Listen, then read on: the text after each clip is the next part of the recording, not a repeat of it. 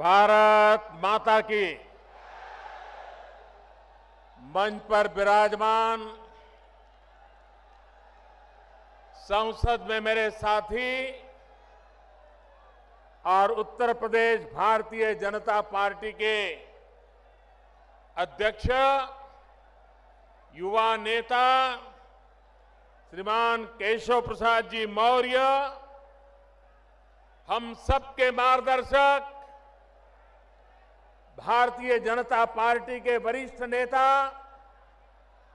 आदरणीय डॉक्टर मुरली मनोहर जोशी जी, केंद्र में मंत्री परिषद के मेरे साथी साध्वी निरंजन ज्योति जी,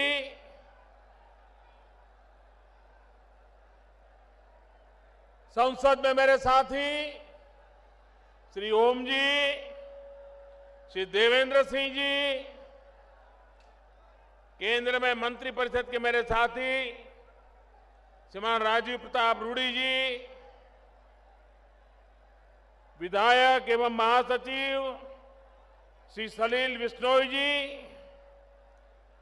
प्रदेश सचिव श्रीमान स्वतंत्र देव पटेल जी, श्रीमान विजय बहादुर पाठक जी, मानवेंद्र सिंह जी, कौशलेंद्र सिंह पटेल, बाबूराम निषाद,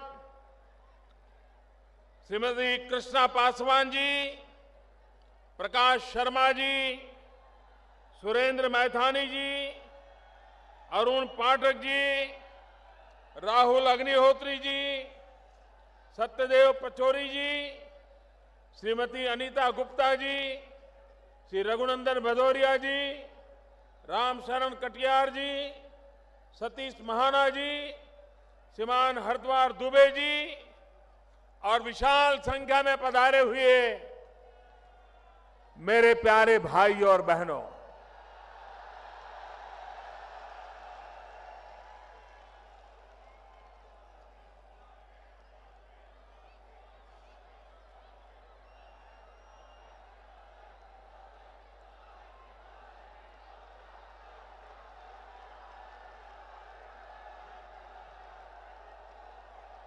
पिछले कुछ दिनों में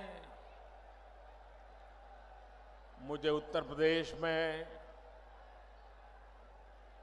जहां जहां जाने का सौभाग्य मिला है,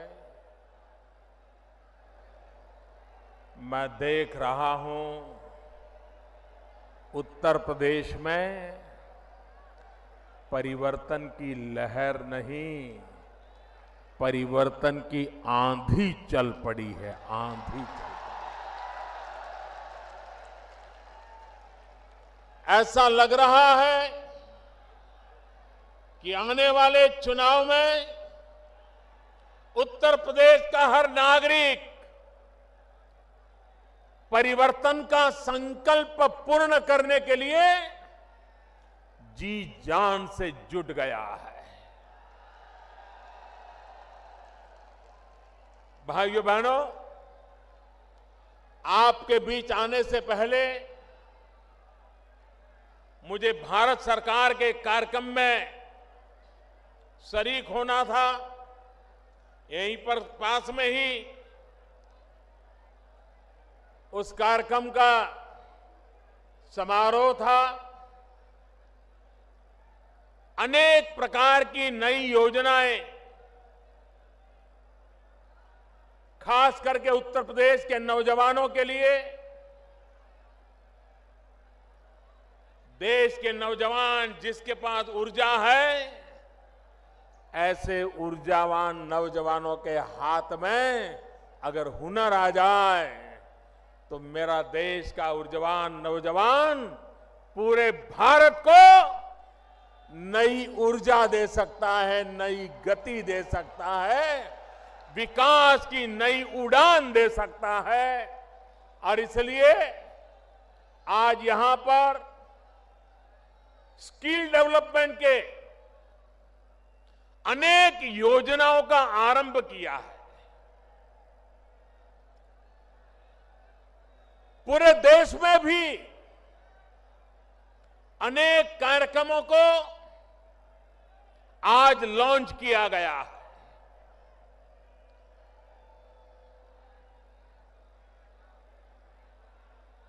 देश और दुनिया में आने वाले दिनों में जिनके पास युवा धन है, युवा शक्ति है, वे विश्व में अपनी ताकत दिखा सकता है, अपना अस्तित्व दुनिया के लिए उपकारक सिद्ध कर सकता है। भारत आज सौभाग्यशाली है कि भारत के पास 35 से कम आयु की संख्या 65% से ज्यादा है। जो देश नौजवान हो, जिस देश के पास ऊर्जावान युवा हो, वह देश दुनिया के सामने अपनी ताकत का परिचय करवा सकता है। लेकिन वो तब संभव होता है जब उसके हाथ में हुनर हो, काम का अवसर हो, देश में गति हो, विकास की उड़ान हो। तो भाइयों बहनों, भारत में गरीबी को खत्म करने में देर नहीं लग सकती। भाइयों बहनों, ये ताकत मेरे देश के युवा में है।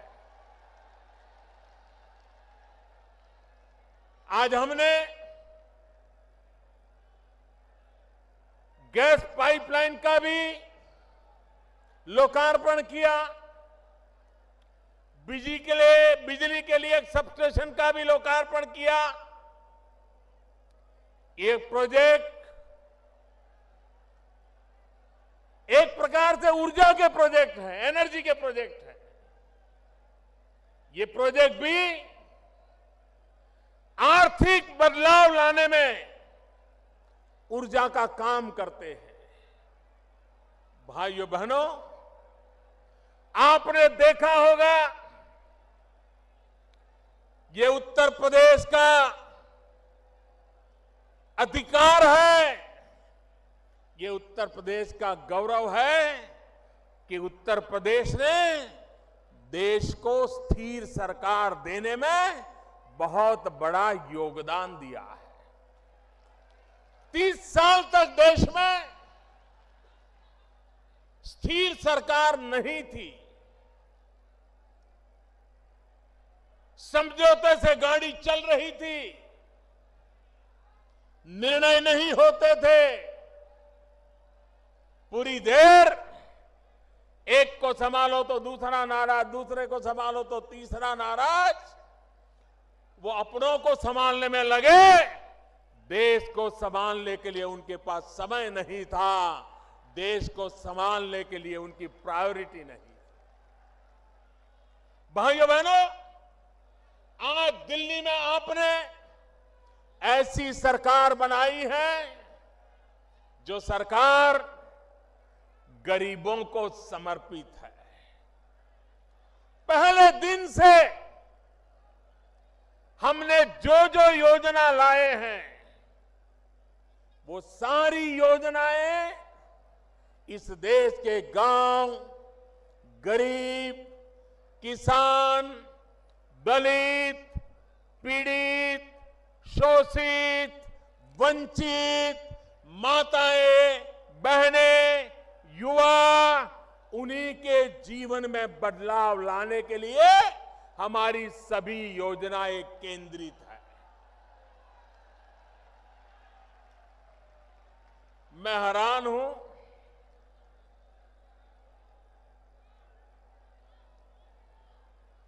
एक तरफ हम देश को भ्रष्टाचार से मुक्त कराने की लड़ाई लड़ रहे हैं, काले धन से देश को मुक्त कराने की लड़ाई लड़ रहे हैं। हमारा एजेंडा है भ्रष्टाचार बंद हो, हमारा एजेंडा है काला धन बंद हो, लेकिन उनका एजेंडा है संसद बंद हो, संसद बंद हो, संसद बंद। पूरा महीना संसद चलने नहीं दी। ये संसद क्यों चलने नहीं दी भाई? पार्लियामेंट में चर्चा क्यों नहीं की? राष्ट्रपति के कहने के बाद भी हो हल्ला करते रहे, नारे बुलाते रहे। ये इसलिए करते थे कि जिन मुद्दों पर सरकार चर्चा चाहती थी, इससे वो भाग रहे थे, डर रहे थे। अब तक जिन्होंने सरकारें चलाई हैं, उनके लिए हिसाब देना जरा महंगा पड़ रहा था और इसलिए संसद में हो हल्ला करो, नारेबाजी करो, स्पीकर महोदय पर कागज के टुकड़े फेंको, यही काम करते रहे। अरे म्युनिसिपैलिटी में चुने हुए लोग भी ऐसा व्यवहार करने से पहले 50 बार सोचते हैं। देश की संसद को, उसकी गरिमा को अपने राजनीतिक स्वार्थ के लिए चोट पहुंचाने का प्रयास, मेरे देशवासियों, ये बातें सामान्य नहीं है, गंभीर है। देशवासियों को समझना होगा।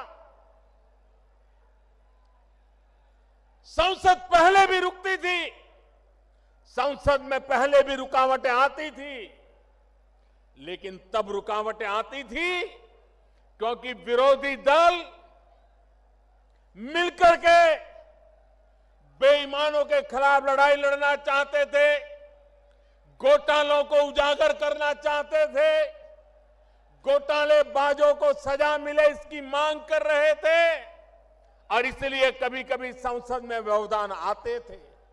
पहली बार देश में ऐसा हुआ कि बेईमानों की मदद करने के लिए कुछ लोग संसद में नारे बोल रहे थे।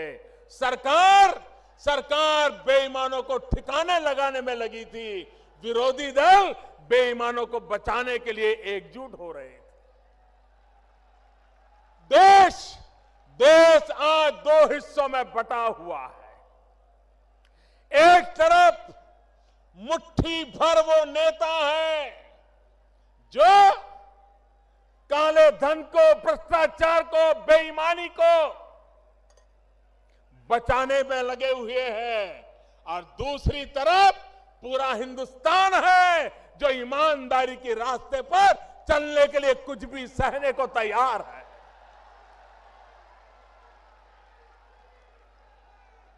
भाइयों बहनों, ये भ्रष्टाचार, ये काला धन, काला मन, काला कारोबार, यही है जिसने मध्यम वर्ग का शोषण किया है और गरीबों के हक को छीना है। भाइयों बहनों, आज दिल्ली में ऐसी सरकार बैठी है जो गरीबों को हक दिलाना चाहती है, जो मध्यम वर्ग को शोषण से मुक्त कराना चाहती है, जो देश में ईमानदारी के रास्ते पर आगे बढ़ना चाहती है और देशवासी जिस ईमानदारी के लिए पहचाने जाते हैं उसको लेकर के एक नई ताकत खड़ी करना चाहती है। लेकिन भाइयों बहनों, जिनको आदत बेईमानी की पड़ी है, जिनको आदत गलत काम करने की पड़ी है, उनसे अब देश ज्यादा अपेक्षा नहीं कर सकता है। और इसलिए मेरे प्यारे देशवासियों, मेरे प्यारे भाइयों बहनों, ये परिवर्तन की आग, ये परिवर्तन की ललक, पूरे उत्तर प्रदेश में परिवर्तन की आंधी क्यों आई है? यहां के लोग गुंडागर्दी से तंग आ चुके हैं, तंग आ चुके हैं।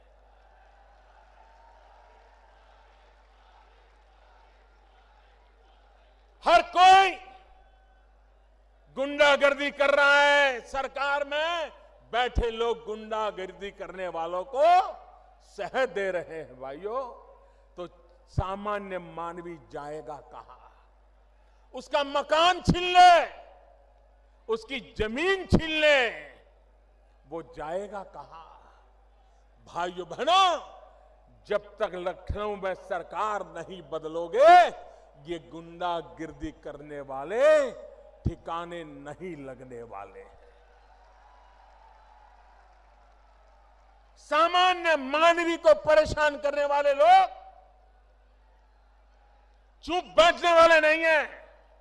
और इस चुनाव में भी ये गुंडागिर्दी पालने वाले और गुंडागिर्दी करने वाले बेखौफ होकर के चुनाव में अनाप शनाप सब कुछ करने पर तुले होंगे, लेकिन ईमानदारी के रास्ते पर चलने वाला हिंदुस्तान का नेक दिल इंसान उत्तर प्रदेश के भविष्य के लिए संकल्पबद्ध होकर के परिवर्तन ला करके रहने वाला है, ये मैं साफ देख रहा हूं। भाइयों बहनों,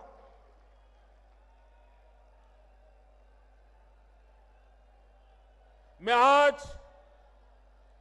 हमारे देश के चुनाव आयोग का भी अभिनंदन करता हूं। उन्होंने देश के राजनीतिक दलों को भी काले धन से मुक्ति के लिए आह्वान किया है। भारतीय जनता पार्टी इसका स्वागत करती है।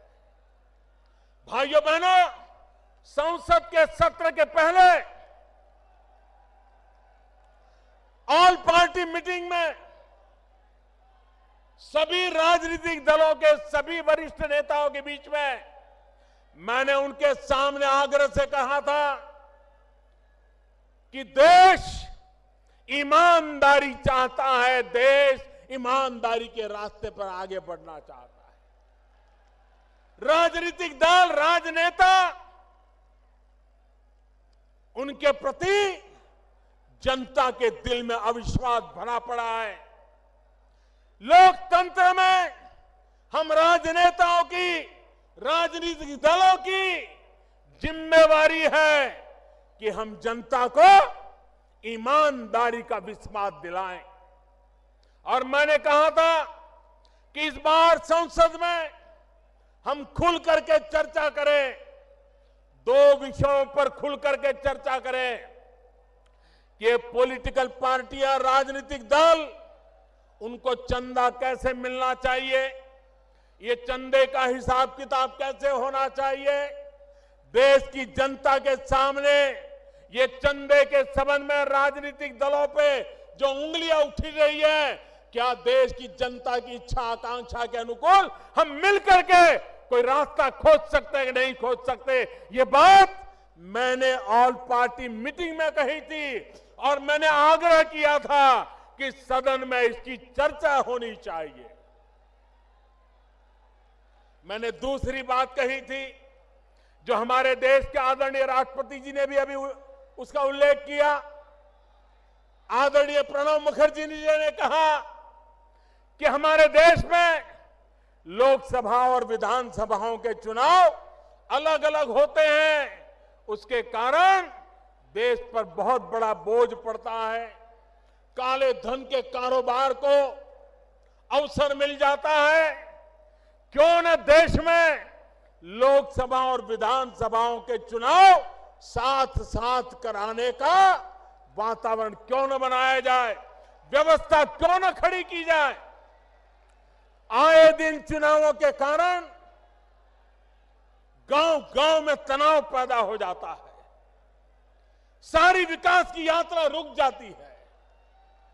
अगर 5 साल में एक बार चुनाव हो, 5 साल सब सरकारें जो भी चुनकर आए वो काम करे। मैंने सभी पार्टियों को कहा था उस पर भी चर्चा होनी चाहिए, लेकिन सदन चलने नहीं दिया गया, क्योंकि ये दोनों बातें ऐसी थी कि जिससे ये चर्चा में भाग लेना नहीं चाहते थे। भाइयों बहनों, मैं इलेक्शन कमीशन से फिर से आग्रह करता हूं कि इस बात को आगे बढ़ाएं।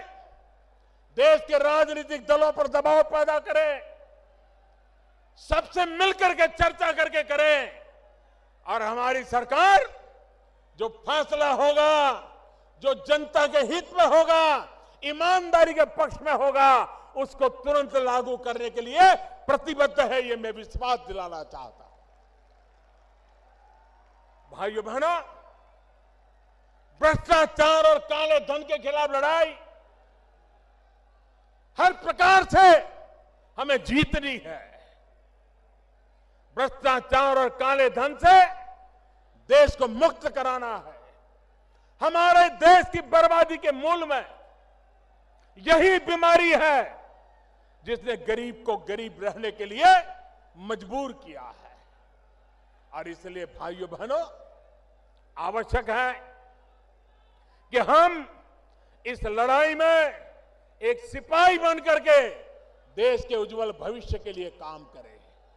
भाइयों बहनों,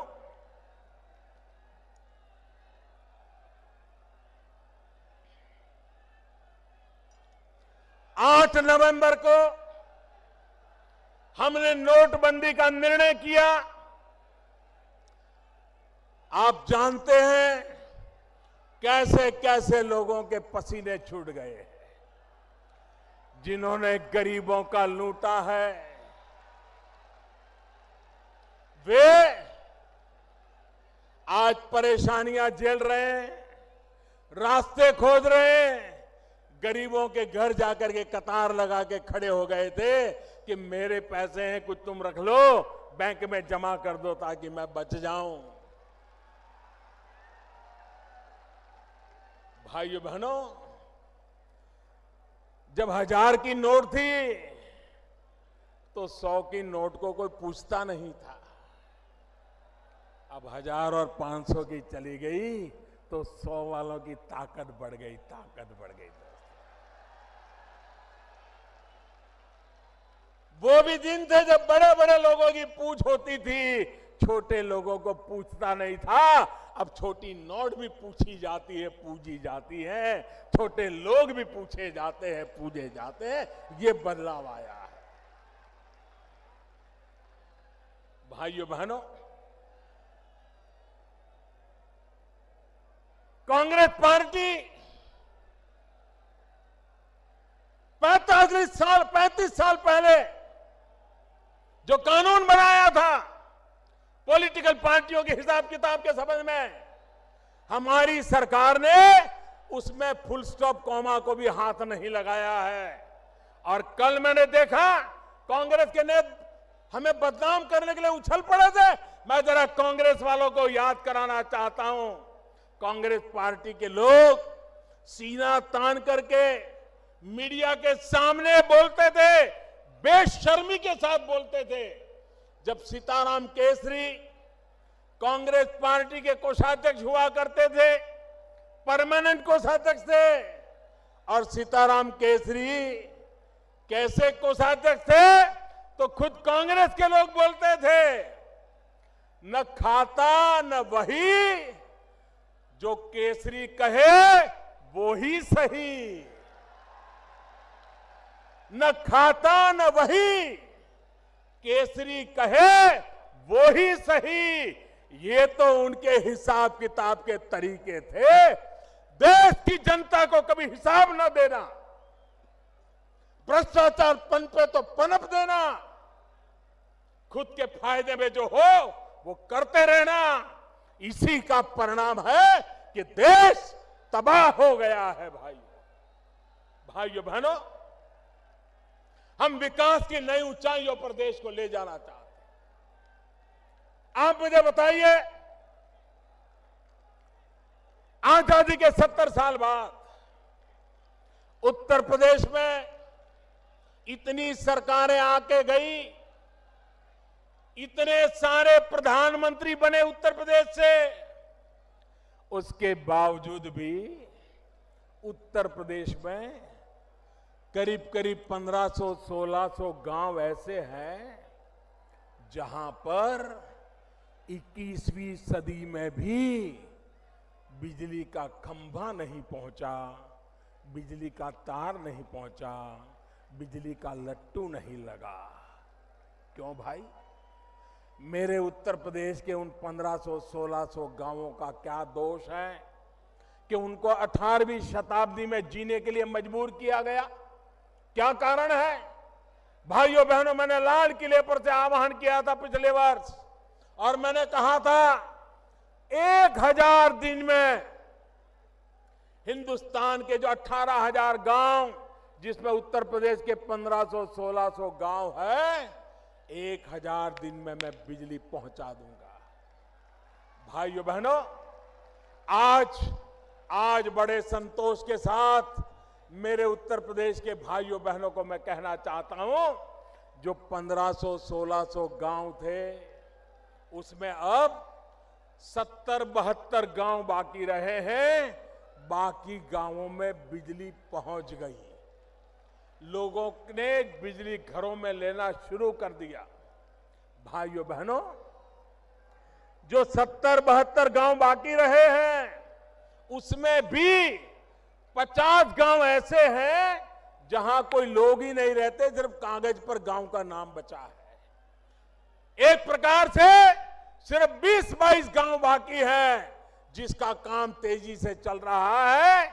अगर यहां की सरकार रुकावट न डाले तो वो काम भी बहुत तेज गति से पूरा कर देंगे। ये मैं हिसाब आपको दे रहा हूं। भाइयों बहनों, एक समय था गैस का कनेक्शन लेना हो, गैस सिलेंडर लेना हो तो कितने पापड़ बेलने पड़ते थे। ये माताएं बहनों ने तो कभी सोचा भी नहीं था, गरीब माँ बहनों ने, कि कभी उनके घर में भी गैस का चूल्हा होगा, गैस का सिलेंडर होगा और फटाक से खाना पका करके, खाना बच्चों को खिला करके रोजी रोटी कमाने के लिए जा पाएंगे। कभी सोचा तक नहीं। हमने बीड़ा उठाया है। 3 साल के भीतर हिंदुस्तान के गरीब परिवारों में गैस का कनेक्शन देना, गैस का सिलेंडर पहुंचाना और लकड़ी के चूल्हे से शहद बर्बाद हो रही मां बहनों को बचाने का हमने बीड़ा उठाया है। और आज अकेले उत्तर प्रदेश में लाखों परिवारों में कोई भ्रष्टाचार की शिकायत नहीं है, कोई भाई भतीजेवाद की शिकायत नहीं है, कोई जातिवाद की शिकायत नहीं है। जिसका भी नाम गरीबी की रेखा के नीचे रिकॉर्ड पर लिखा है, 35 लाख से ज्यादा लोगों के घरों में गैस का कनेक्शन पहुंच गया, गैस का चूल्हा जलने लग गया, बच्चों को अच्छा खाना मिलना शुरू हो गया। भाइयों बहनों, अगर काम करना चाहे तो काम कैसे हो सकता है, इसका ये उदाहरण आप दे सकते हैं। भाइयों बहनों, ये उत्तर प्रदेश कोई साल ऐसा नहीं जाता है जबकि गन्ना किसान परेशान न होता हो। मिले समय पर चालू न होना, गन्ना किसानों को पैसा नहीं मिलना, मिले देर से चालू करने के कारण गन्ने का वेट कम होता है, मिलों वालों को मुनाफा होता है। पहली बार भाइयों बहनों समय पर मिलें चालू हुई है और गन्ना किसानों के 2013, 14, 15 में जो बकाया राशि 20-22 हजार करोड़ थी, उसको भुगतान करने में हमारी सरकार ने सफलता पाई है। भाइयों बहनों, यह काम होता है और इसलिए हम देश के किसान को भी ताकत देना चाहते हैं। सॉइल हेल्थ कार्ड, यूरिया का निम कोटिंग, आप जानते हैं यूरिया का क्या उपयोग होता था। मैं जरा दिल्ली वालों को कहना चाहता हूं, दिल्ली वाले बड़े चाव से जो दूध पीते थे ना, उनको पता भी नहीं चलता था कि सही में गाय या भैंस का दूध कौन सा है और यूरिया से बना हुआ सिंथेटिक दूध कौन सा है, पता तक नहीं चलता था। यूरिया का उपयोग खेत में किसानों को मिलने के बजाय देश को बर्बाद करने पर तुले हुए मुट्ठी भर लोग उसमें से सिंथेटिक दूध बना करके दिल्ली के लोगों तक पहुंचा देते थे। अब हमने यूरिया का नीम कोटिंग कर दिया। अब यूरिया का नीम कोटिंग करने के कारण उसका सिर्फ एक ही उपयोग हो सकता है और वो जमीन में, खेत में डालने के सिवाय कोई उपयोग नहीं हो सकता है। बताइए मेरे भाइयों बहनों, करोड़ों करोड़ों बच्चों की जिंदगी हमने बचाई कि नहीं बचाई? बताइए मेरे भाइयों बहनों, करोड़ों करोड़ों बच्चों की जिंदगी बचाई कि नहीं बचाई? एक निर्णय, नीम कोटिंग, यूरिया का नीम कोटिंग सिंथेटिक दूध बनाने वालों के धंधों पर चोट पहुंचा दी और देश के करोड़ों बच्चे जिनको इस प्रकार का यूरिया से बना हुआ दूध पिलाने के लिए मजबूर किया जाता था, उन बच्चों की जिंदगी बचाने का काम एक निर्णय से हमने कर लिया है भाइयों। ये नोटबंदी भी ऐसी है, एक निर्णय से अच्छों का खेल खत्म हो चुका है। कुछ लोगों को लगता था कि बैंक में पैसे डाल दिए तो सफेद हो जाएंगे। ये गलती कर गए, उनको पता नहीं था ये सरकार ईमानदारी की सरकार है, ईमानदारी के लिए सरकार है, ईमानदारों के कारण ये सरकार है। और इसलिए जो सरकार ईमानदारों के कारण हो, जो सरकार ईमानदारी के लिए हो, जो सरकार ईमानदारों के लिए हो, उस सरकार को कम मता किए फंस गए। उनको लग रहा था अब हमने टेक्नोलॉजी से ढूंढ रहे हैं कहां से रुपया आया, कब आया, वो आया था वो कौन था, सीसीटीवी कैमरा में देखा जा रहा है। और आपने देखा होगा दमादम रुपये पकड़े जा रहे हैं कि नहीं पकड़े जा रहे हैं। पहले कभी ये दृश्य देखा था? पहले कभी देखा था ये लूटने वालों पर हाथ लगाने की किसी की ताकत थी?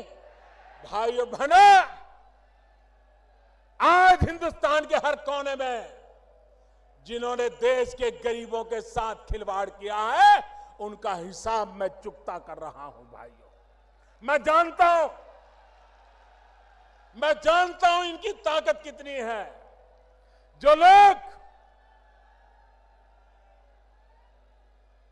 इतनी ताकत रखते हैं, बैंक के अफसरों को भी खरीद सकते हैं। भाइयों बहनों, वो कुछ भी कर सकते हैं, लेकिन मेरे देशवासियों, ये लड़ाई देश के ईमानदारों की लड़ाई है, देश के गरीबों की लड़ाई है। और ये सरकार ये लड़ाई जीत करके रहने वाली है, क्योंकि देश ईमानदारी की लड़ाई जीतना चाहता है। मेरे भाइयों बहनों, ये बात मैं भली भांति जानता हूं। इतना बड़ा देश, इतनी बड़ी जनसंख्या, इतना बड़ा कारोबार नोटों का और इतना बड़ा निर्णय, लोगों को क्या कुछ सहना पड़ा है, इसका मुझे पूरा अंदाज है। मेरे देशवासियों ने ये जो कुछ भी सहा है, देश के उज्जवल भविष्य के लिए सहा है। मेरे देशवासियों ने 8 नवंबर से आज तक भांति भांति के कष्ट झेले हैं, लेकिन मेरे देशवासियों, आपने जो कष्ट झेला है वो अपने स्वार्थ के लिए नहीं झेला है, देश के स्वार्थ के लिए झेला है, देश की भलाई के लिए झेला है। और इसलिए भाइयों बहनों, आपको कभी निराश होने का अवसर नहीं आएगा, क्योंकि इसके साथ ईमानदारी है, पवित्रता है, प्रामाणिकता है। भाइयों बहनों, मैंने पहले दिन से कहा है कि 50 दिन तक एक कठिनाई, भांति भांति की कठिनाइयां आती रहेगी। कभी कम दिखती होगी, कभी बढ़ती दिखती होगी। 50 दिन तक ये होने वाला है, ये मैंने पहले दिन कहा था। और 50 दिन के बाद ये कठिनाइयां बढ़ना बंद कर देगी, बढ़ नहीं पाएगी। कठिनाइयां कम होने की शुरुआत हो जाएगी। ये मैंने पहले दिन कहा था, आज दोबारा कह रहा हूं। भाइयों बहनों, जो लोग एटीएम के ऊपर कतार लगा के खड़े रहते हैं, जो लोग बैंक में पैसे लेने जाते हैं, मैं जरा हमारे विरोधियों से कुछ सवाल पूछना चाहता हूं। एक तरफ वो कहते हैं कि लोगों का बैंक में खाता ही नहीं है, खाता ही नहीं है। दूसरी तरफ कहते हैं कि लोग बैंक में पैसे लेने, गरीब आदमी जाता है, उसको पैसा नहीं मिलता है। भाई एक चीज तो सच बताओ, एक तरफ कहते हो गरीब का खाता नहीं, दूसरी तरफ कहते हो गरीब पैसे लेने जाता है, मिलता नहीं। जनता को गुमराह करने के लिए झूठ क्यों बोलते हो? ये लोग, जब मैं कहता हूं digital, online, less cash, need based cash, भाइयों बहनों, एक जमाना था बड़ा चांदी का रुपया होता था तभी बाजार में चलता था।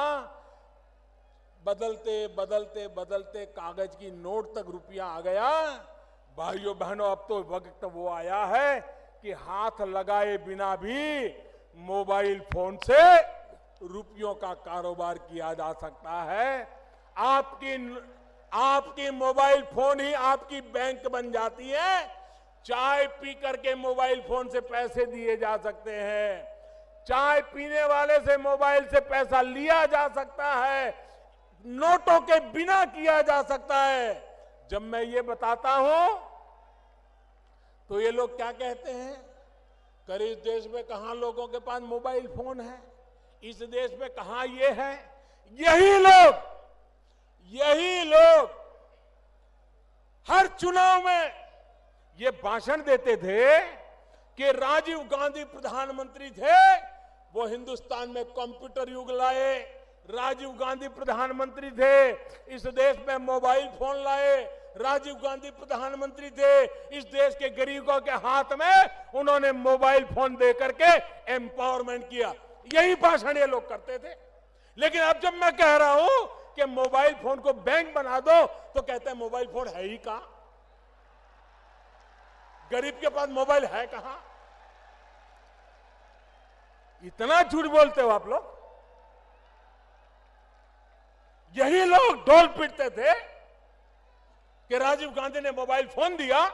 अब मैं कहता हूं मोबाइल फोन का बैंक मिलेगा, तो कहते मोबाइल फोन है ही नहीं। आप इनको पहचानो, कितना झूठ बोलते हैं। ये लोग गुमराह कैसे करते हैं, लोगों को भड़काने का काम कैसे करते हैं। भाइयों बहनों, ये सरल कारोबार है और भारत सरकार ने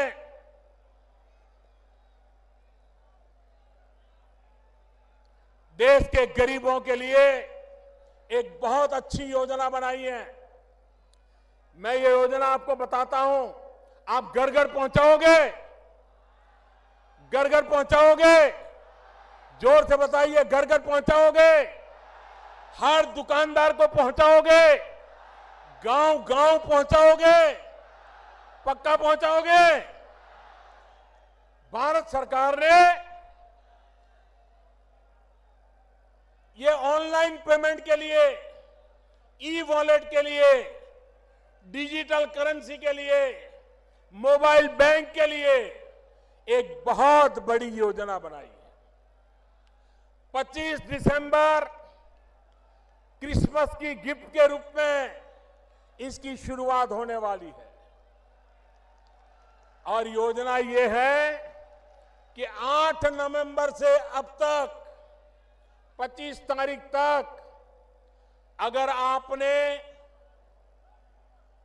अपने डेबिट कार्ड से, क्रेडिट कार्ड से कोई खरीदी की होगी, आपने मोबाइल फोन के वॉलेट से कोई खरीदी की होगी, तो उसका एक विशिष्ट नंबर जनरेट होता है। इन सारे नंबरों का 25 तारीख को ड्रॉ निकलेगा, इनाम का ड्रॉ निकलेगा और 15,000, कम नहीं, 15,000 लोग जिनका नंबर लगेगा उनके खाते में सरकार की तरफ से 1,000 रुपया जमा हो जाएगा।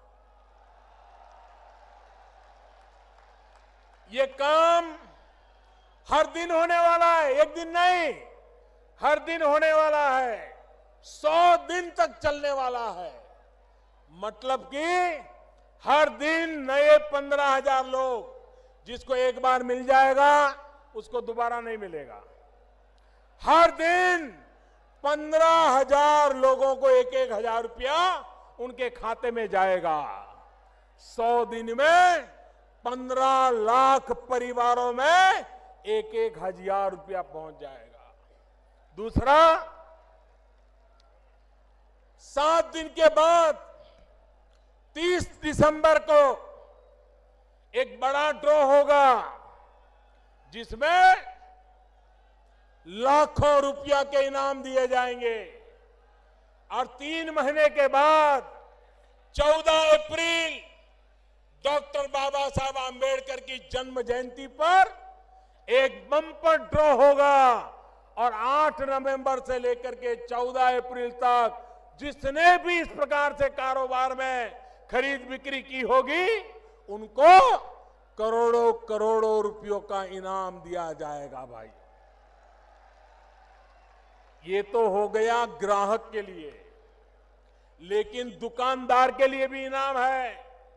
जो दुकानदार ये मोबाइल फोन से माल बेचता है, डेबिट कार्ड, क्रेडिट कार्ड से माल बेचता है, उसका भी अलग नंबर निकलेगा और उसका भी ड्रॉ होगा और हर सप्ताह उसको हजारों रुपयों के इनाम दिए जाएंगे। ये हर सप्ताह होता रहेगा। व्यापारियों को भी इनाम मिलेगा, ग्राहक को भी इनाम मिलेगा, लेकिन ये इनाम बड़े लोगों के लिए नहीं है, ये इनाम छोटे लोगों के लिए है। जो 50 रुपये से ज्यादा खरीद करता है और जो 3,000 रुपये से कम खरीदता है, उसी को इसका लाभ मिलेगा। 3,000 से ज्यादा खर्च करने वाले को इनाम की जरूरत नहीं होती है। ये गरीब के लिए है, गरीब के लिए। उसी प्रकार से दुकानदार जिसका साल भर का कारोबार 2 करोड़ रुपए से कम है, उस दुकानदार को ही इनाम मिलेगा। बड़े बड़े अरबों खरबों रुपयों के दुकानदारों को इसका लाभ नहीं मिलेगा। छोटे छोटे लोग, धोबी होगा, मोची होगा, दर्जी होगा, दूध बेचने वाला होगा, चाय बेचने वाला होगा, कपड़े बेचने वाला होगा, किराने बेचने वाला होगा, बिस्किट बेचने वाला होगा, छोटे छोटे लोग, ऐसे छोटे छोटे दुकानदारों को ये इनाम मिलने वाला है। और इसलिए मेरे भाइयों बहनों, आप लोग ये कोशिश करेगा आपके गांव में भी इनाम आए, आपके गांव के लोग भी मोबाइल फोन से खर्च करने की आदत डालें, व्यापारी भी मोबाइल फोन से लेन देन करना शुरू करे। आप देखिए, भ्रष्टाचार और कालेबाजारी करने वालों के दिन समाप्त हो जाएंगे। भाइयों बहनों, फिर से कभी देश में काले धन की नौबत नहीं आएगी, फिर से इस देश में भ्रष्टाचार के खेल नहीं हो पाएंगे। ये काम हम सबको मिलकर के करना है। भाइयों बहनों, मैं आज इस कानपुर की धरती से देशवासियों को हृदय से अभिनंदन करना चाहता हूं। ये लड़ाई जीत हम इसलिए रहे हैं क्योंकि देश के करोड़ों करोड़ लोगों ने आशीर्वाद दिए हैं। ईमानदारी की लड़ाई आगे इसलिए बढ़ रही है कि करोड़ों करोड़ों गरीब देशवासियों ने, मध्यम वर्गीय लोगों ने, ईमानदार लोगों ने देश के लिए कष्ट झेला है।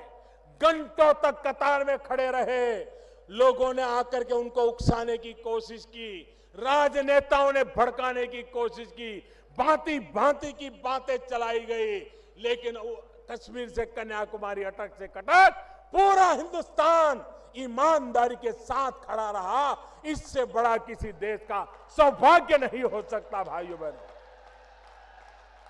बहनों, मैं मीडिया के मित्रों से भी आग्रह करता हूं, मैं पत्रकारिता जगत से भी आग्रह करता हूं, मैं इंटेलेक्चुअल वर्ल्ड से भी आग्रह करता हूं, लिखने पढ़ने की ताकत वालों से भी आग्रह करता हूं। आप दुनिया को बताओ, ये 125 करोड़ का देश, कई लोग ऐसे हैं जिनको स्कूल कॉलेज जाने का सौभाग्य नहीं मिला है, अशिक्षा है, गरीबी है, उसके बावजूद भी 125 करोड़ का देश ईमानदारी की लड़ाई के लिए, कष्ट झेलने के लिए तैयार हुआ है। ये दुनिया के लिए बहुत बड़ी खबर है, बहुत बड़ा अजूबा है। दुनिया में कहीं ये संभव नहीं हो सकता जो मेरे देशवासियों ने करके दिखाया है। उनके जितने गीत गाए उतना कम है, उनके जितने गुणगान करे उतना कम है। दुनिया को भारत की ताकत का परिचय कराए उतना कम है। और इसलिए मैं बुद्धिजीवियों से कहना चाहता हूं कि भारत के गरीब ने, भारत के अनपढ़ व्यक्ति ने, भारत के ईमानदार व्यक्ति ने जो ताकत दिखाई है, उससे जरा दुनिया को परिचय करवाइए।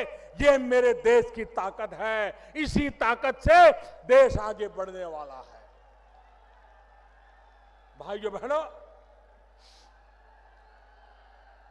जब अच्छा करते हैं तो तप करना पड़ता है, तपस्या करनी पड़ती है और तप झेलना भी पड़ता है। मेरे देशवासियों ने अद्भुत कमाल की है भाइयों, अद्भुत कमाल की। इतिहास इस घटना को इसलिए याद नहीं करेगा कि कौन प्रधानमंत्री था और किसने निर्णय किया था। इतिहास इस घटना को इस रूप में देखेगा कि 125 करोड़ का देश ईमानदारी के लिए कैसे खड़ा हो गया था। यह इतिहास दर्ज करने वाला है। इस लड़ाई का विजय किसी प्रधानमंत्री का नहीं है, इस लड़ाई का विजय किसी दल का नहीं है, इस लड़ाई का विजय किसी सरकार का नहीं है। यह लड़ाई का विजय ईमानदार देशवासियों का विजय है, ईमानदारी का विजय है। ईमानदारी पर देश को आगे ले जाने की लड़ाई का विजय है। और इसलिए मेरे प्यारे भाइयों बहनों, आपने जो आशीर्वाद दिया है, आपने जो आशीर्वाद दिया है, इसको मैं शत शत नमन करता हूं। मुझे फिर एक बार भाइयों बहनों, मुझे बताइए, हाथ ऊपर करके बताइए, ईमानदारी की लड़ाई लड़नी चाहिए कि नहीं लड़नी चाहिए? बेईमानी खत्म होनी चाहिए कि नहीं होनी चाहिए? भ्रष्टाचार जाना चाहिए कि नहीं जाना चाहिए? काला धन मिटना चाहिए कि नहीं मिटना चाहिए? काला धन के कुबेरों को सजा होनी चाहिए कि नहीं होनी चाहिए? देश का शुद्धिकरण होना चाहिए कि नहीं होना चाहिए? आप मुझे दोनों हाथ ऊपर करके आशीर्वाद दीजिए, आप मुझे आशीर्वाद दीजिए। आप ही की ताकत के बदौलत, आप ही की ताकत के बदौलत ये देश जीतने वाला है, ये देश ईमानदारी के रास्ते पर चलने वाला है। भाइयों बहनों, आओ हम मिल करके आगे बढ़े और जो सपना लेकर के निकले हैं उस सपने को पूरा करके रहे। बहुत बहुत धन्यवाद, बहुत बहुत धन्यवाद आपका। मैं आपका बहुत बहुत आभारी हूं।